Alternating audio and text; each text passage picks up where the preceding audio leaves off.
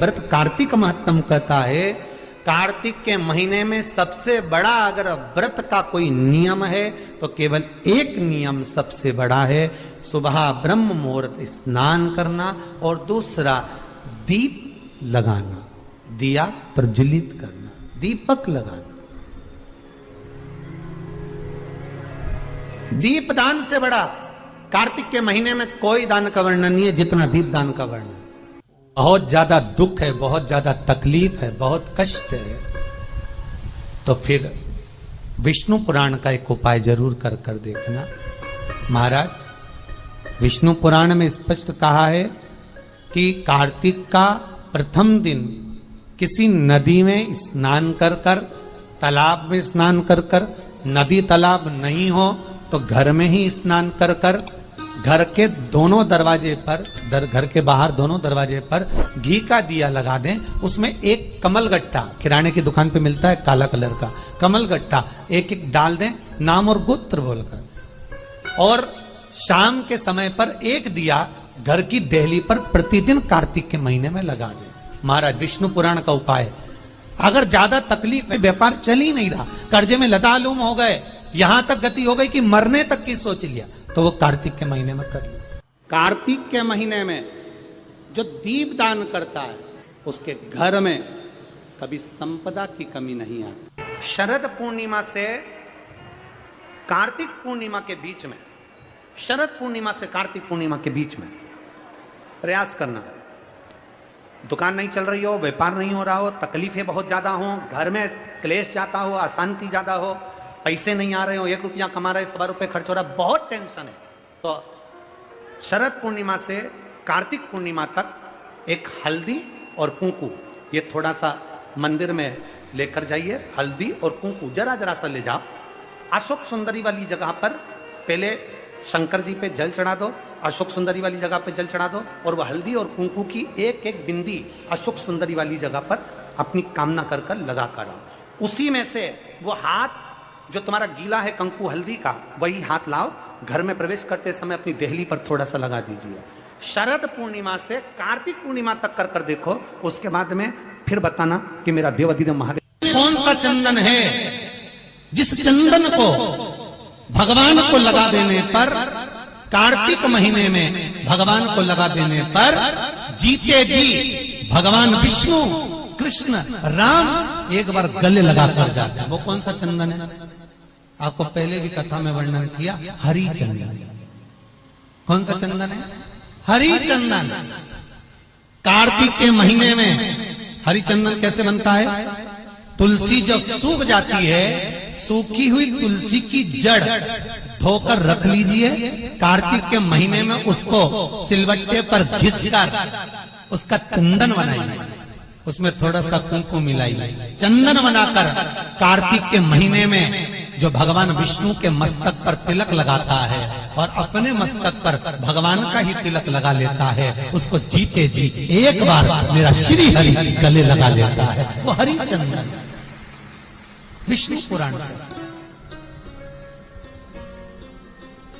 अभी अधिक मास लगेगा अपना 18 तारीख से, तब अपन उसमें श्रवण करेंगे तुलसी के एक एक महत्व को, कि तुलसी की जड़ में जो पतली धारा रहती है उससे क्या फल मिलता है। क्योंकि अश्विनी अधिक मास है आपकी बात, तो अश्विनी अधिक मास में एक एक प्रमाण दिया, तुलसी की पत्ती का, तुलसी के बीज का, तुलसी की टहनी का, तुलसी की जो मंजरी होती है, वो मंजरी जब गिरती है तो गिरी हुई मंजरी का क्या फल है, उसका भी प्रमाण अश्विनी अधिक मास में आता है।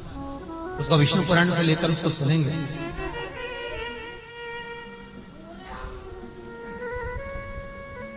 हरि चंदन। उसी तरह कार्तिक के महीने में सूखी हुई तुलसी की लकड़ी घी में भिगोकर, घी के दिए में घी भरकर, जो भगवान के मंदिर में, भगवान श्री हरि के मंदिर में, नारायण राम कृष्ण के मंदिर में दिया जला देता है, उस लकड़ी का उसकी मनोकामना 3 महीने में पूरी हो जाती है। कार्तिक के महीने में उस तुलसी का इतना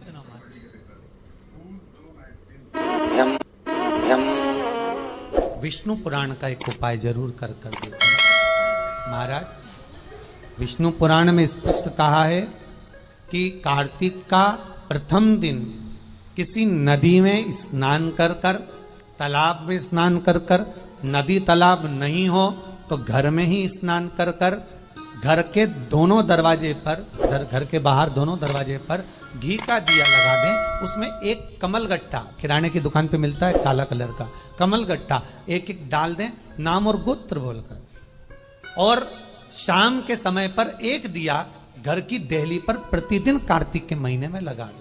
महाराज विष्णु पुराण का उपाय।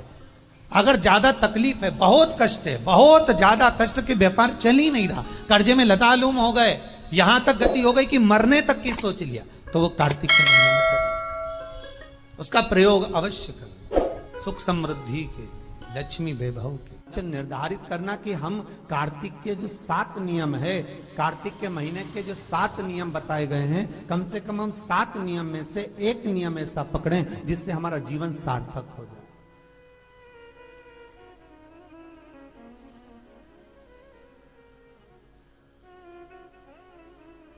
आप भले 7 नियम नहीं कर रहे कार्तिक के, भले एक नियम करो, पर वो नियम हमारा पूर्ण चलना चाहिए, उसकी नियम की पूर्णता पूर्ण होना चाहिए।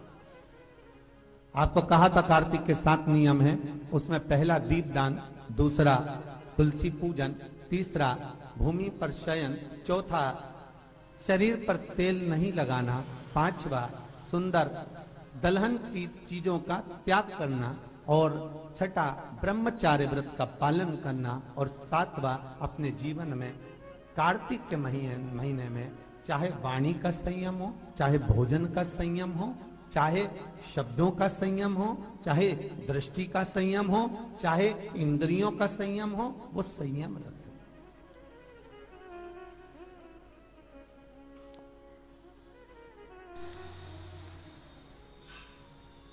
वो संयम धारण करना।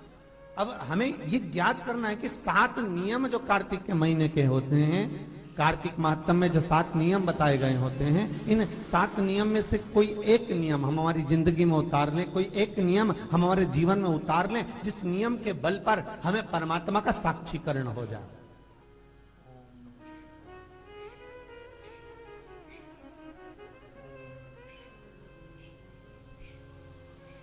कोई एक नियम, अगर आप दीप दान कर रहे हो कार्तिक के महीने में, प्रतिदिन आपने 1 महीना तक दीप दान करा महाराज, तो ये भी आपका एक नियम है। 1 महीने तक आपने जो तुलसी में जल चढ़ाया, ये भी आपका। आपने अगर वाणी पर संयम रखा है, ये भी आपका। महाराज एक बहुत सुंदर बात कार्तिक के माध्यम से लीजिएगा, अपने जीवन में उतारने। कार्तिक के महीने का 7वां नियम याद रखना सही है।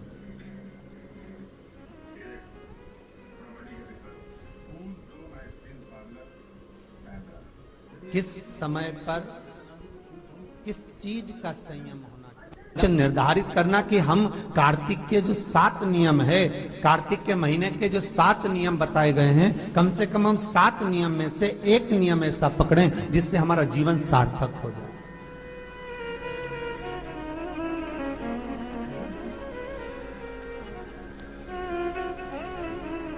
आप भले 7 नियम नहीं कर रहे कार्तिक के, भले एक नियम करो, पर वो नियम हमारा पूर्ण चलना चाहिए, उसकी नियम की पूर्णता पूर्ण होना चाहिए।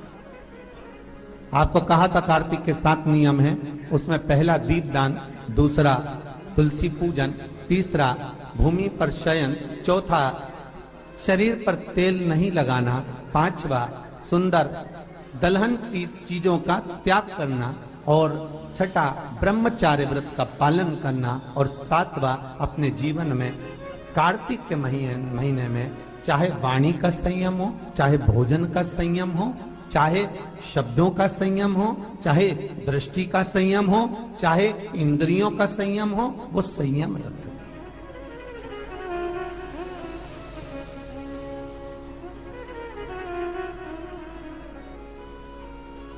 वो संयम धारण करना।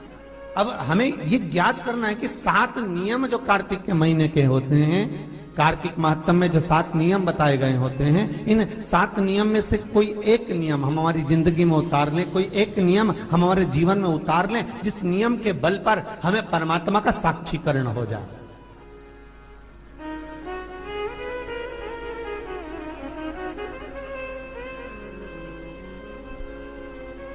कोई एक नियम, अगर आप दीप दान कर रहे हो कार्तिक के महीने में, प्रतिदिन आपने 1 महीना तक दीप दान करा महाराज, तो ये भी आपका एक नियम है। 1 महीने तक आपने जो तुलसी में जल चढ़ाया, ये भी आपका नियम है। आपने अगर वाणी पर संयम रखा है, ये भी आपका महाराज। एक बहुत सुंदर बात कार्तिक के महात्म से लीजिएगा अपने जीवन में उतारने के लिए। कार्तिक के महीने का 7वां नियम याद रखना, संयम।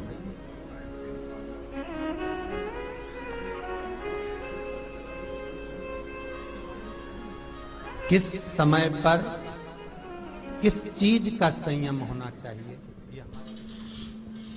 विष्णु पुराण किस किसने सुनी है? हाथ उठा। विष्णु पुराण का 5वां अंश कार्तिक खंड वर्णन करता है, या स्कंद पुराण का कार्तिक खंड को उठा लीजिए, वो वर्णन करता है 24 तरह के दिए होते हैं। कितने तरह के? 24 तरह के दीप होते हैं।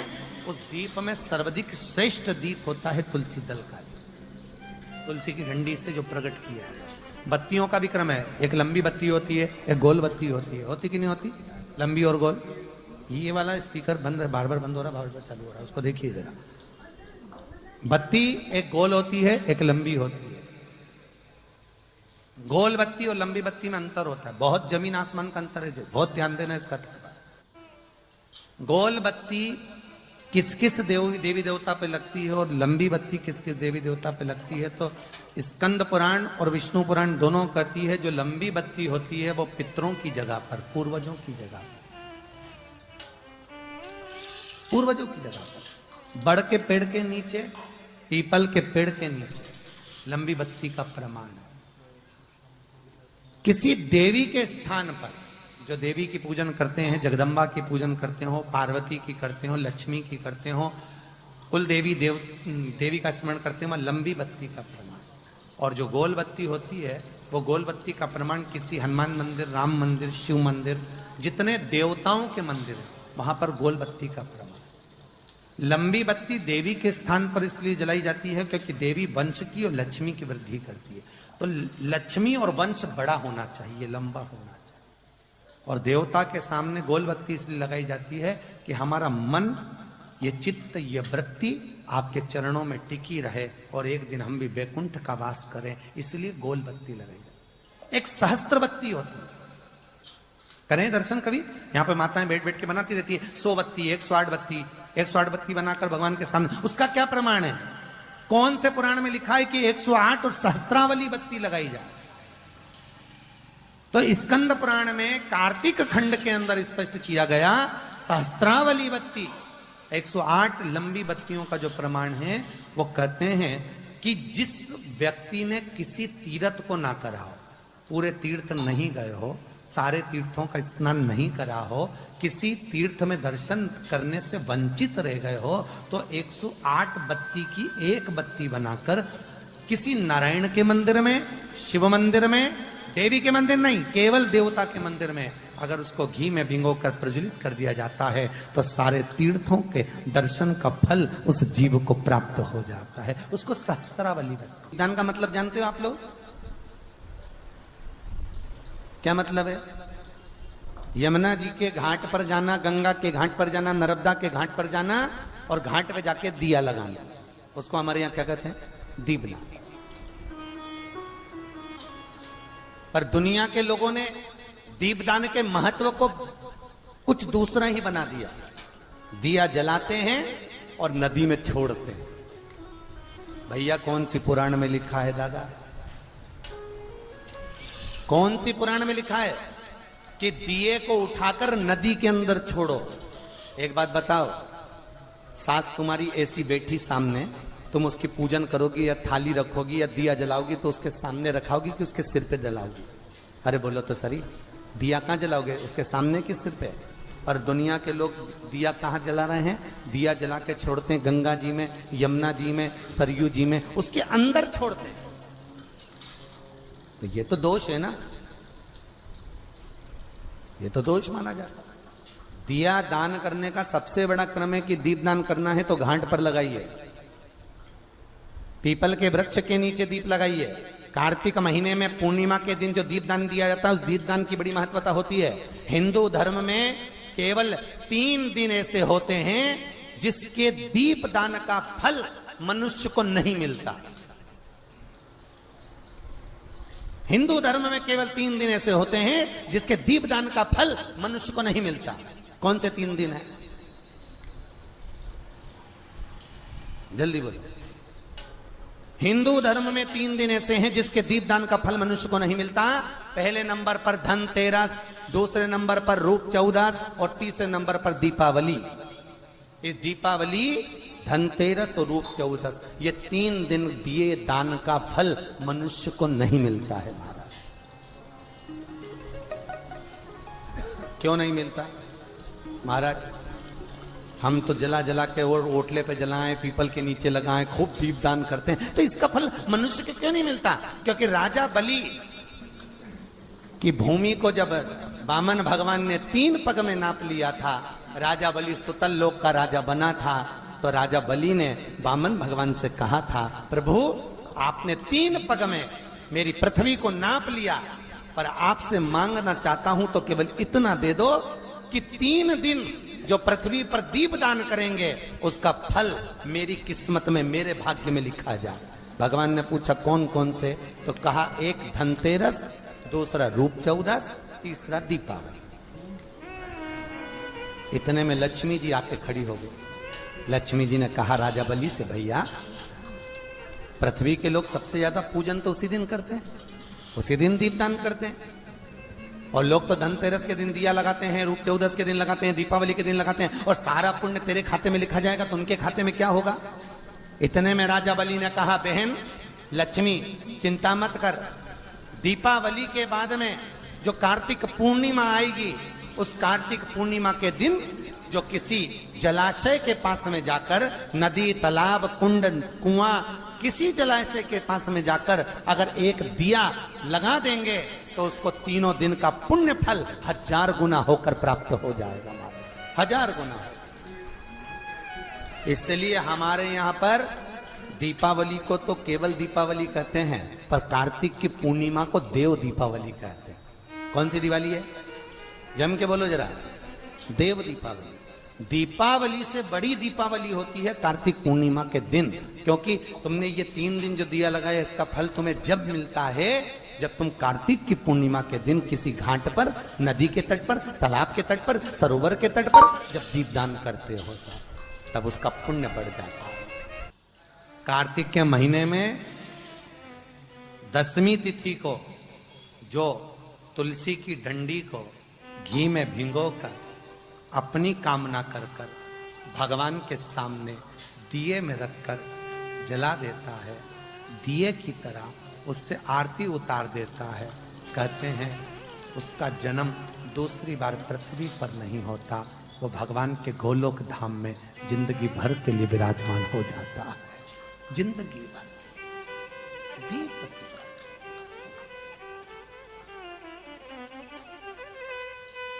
यहां तक कहेंगे हम,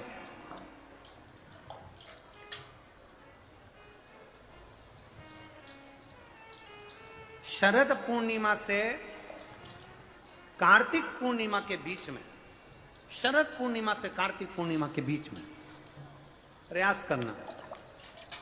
दुकान नहीं चल रही हो, व्यापार नहीं हो रहा हो, तकलीफें बहुत ज्यादा हो, घर में क्लेश जाता हो, अशांति ज्यादा हो, पैसे नहीं आ रहे हो, 1 रुपया कमा रहे 100 रुपये खर्च हो रहा है, बहुत टेंशन है, तो शरद पूर्णिमा से कार्तिक पूर्णिमा तक एक हल्दी और कुंकू, ये थोड़ा सा मंदिर में लेकर जाइए। हल्दी और कुंकू जरा जरा सा ले जाओ, अशोक सुंदरी वाली जगह पर पहले शंकर जी पे जल चढ़ा दो, अशोक सुंदरी वाली जगह पे जल चढ़ा दो, और वह हल्दी और कुंकू की एक एक बिंदी अशोक सुंदरी वाली जगह पर अपनी कामना कर कर लगा कर आओ। उसी में से वो हाथ जो तुम्हारा गीला है कंकु हल्दी का, वही हाथ लाओ, घर में प्रवेश करते समय अपनी देहली पर थोड़ा सा लगा दीजिए। शरद पूर्णिमा से कार्तिक पूर्णिमा तक कर कर देखो, उसके बाद में फिर बताना कि मेरा देव अधिदेव महादेव ने तुम्हारी झोली भरी कि ना भरी, भंडार भरा कि नहीं। शरद पूर्णिमा से कार्तिक पूर्णिमा के भीतर एक महीना, कार्तिक का महीना भगवान शंकर की अविरल भक्ति का महीना है। षडानंद कार्तिक का महीना, कार्तिक का महीना मतलब भगवान शंकर के पुत्र कार्तिकेय महाराज का महीना है। षडानंद कार्तिकेय ने क्या क्या मांगा था शंकर भगवान से, अपन सुनेंगे वो अवश्य। शिव